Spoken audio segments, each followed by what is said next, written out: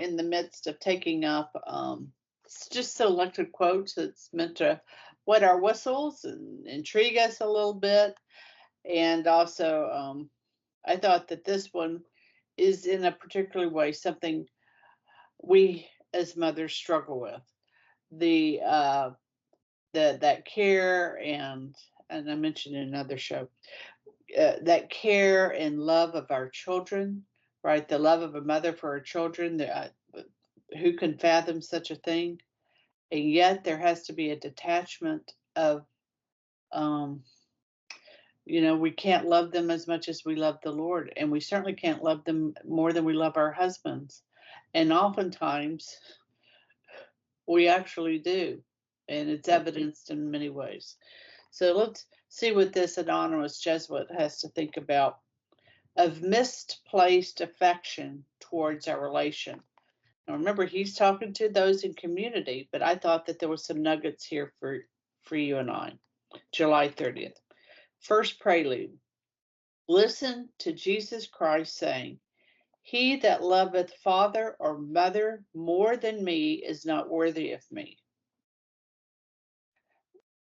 Or, yes, and second prelude, beg the grace of freedom from all misplaced affections, misplaced.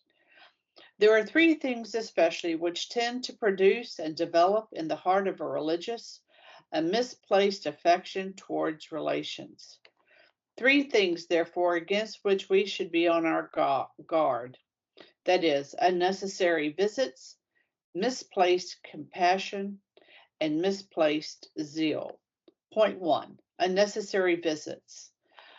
And then, so at this point, not only am I thinking we have to have a rightly ordered affection towards our children, now I'm thinking of perhaps mothers and fathers, but we're talking mothers, Catholic mothers, who think of their children having a vocation, and what a joy and sense of pride and honor that is. And this religious priest is about to tell us what is a real danger to that vocation. And I think that that's a real help. I think that's a real help. So let's just leave it there. The religious who tries to create and multiply motives and excuses for visiting his relations exposes himself to great dangers. And the family's not thinking that, right? They're not thinking that at all. And the religious loves his parents, but loves his brothers and sisters.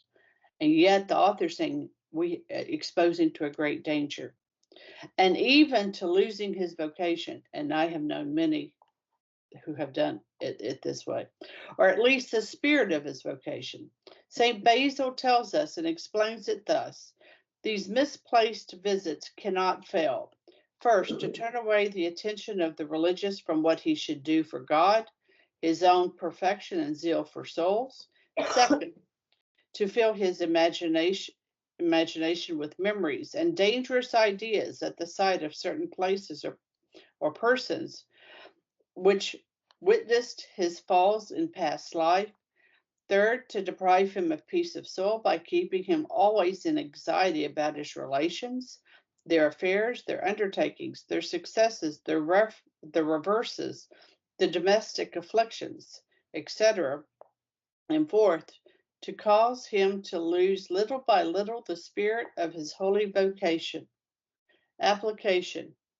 If experience has not taught you the truth of these observations, return thanks to God and strengthen the determination which every good religious ought to have of avoiding all visits to relations which are not required for very solid reasons.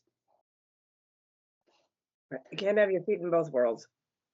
You can't. And I think parents. So I said it up back a little backwards.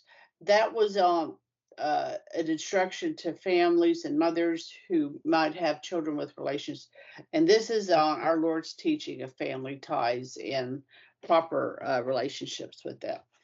Sorry about the confusion.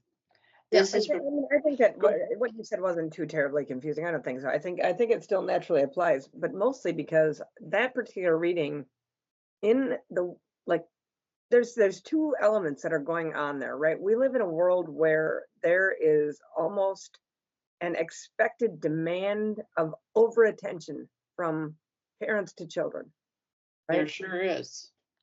So we've got this rise of the helicopter parents, right? So parents are always there. If your children are playing outside, you got to be there. If your children are going to a soccer game, if they're going to practice, you got to be there. Like all of these different things, right?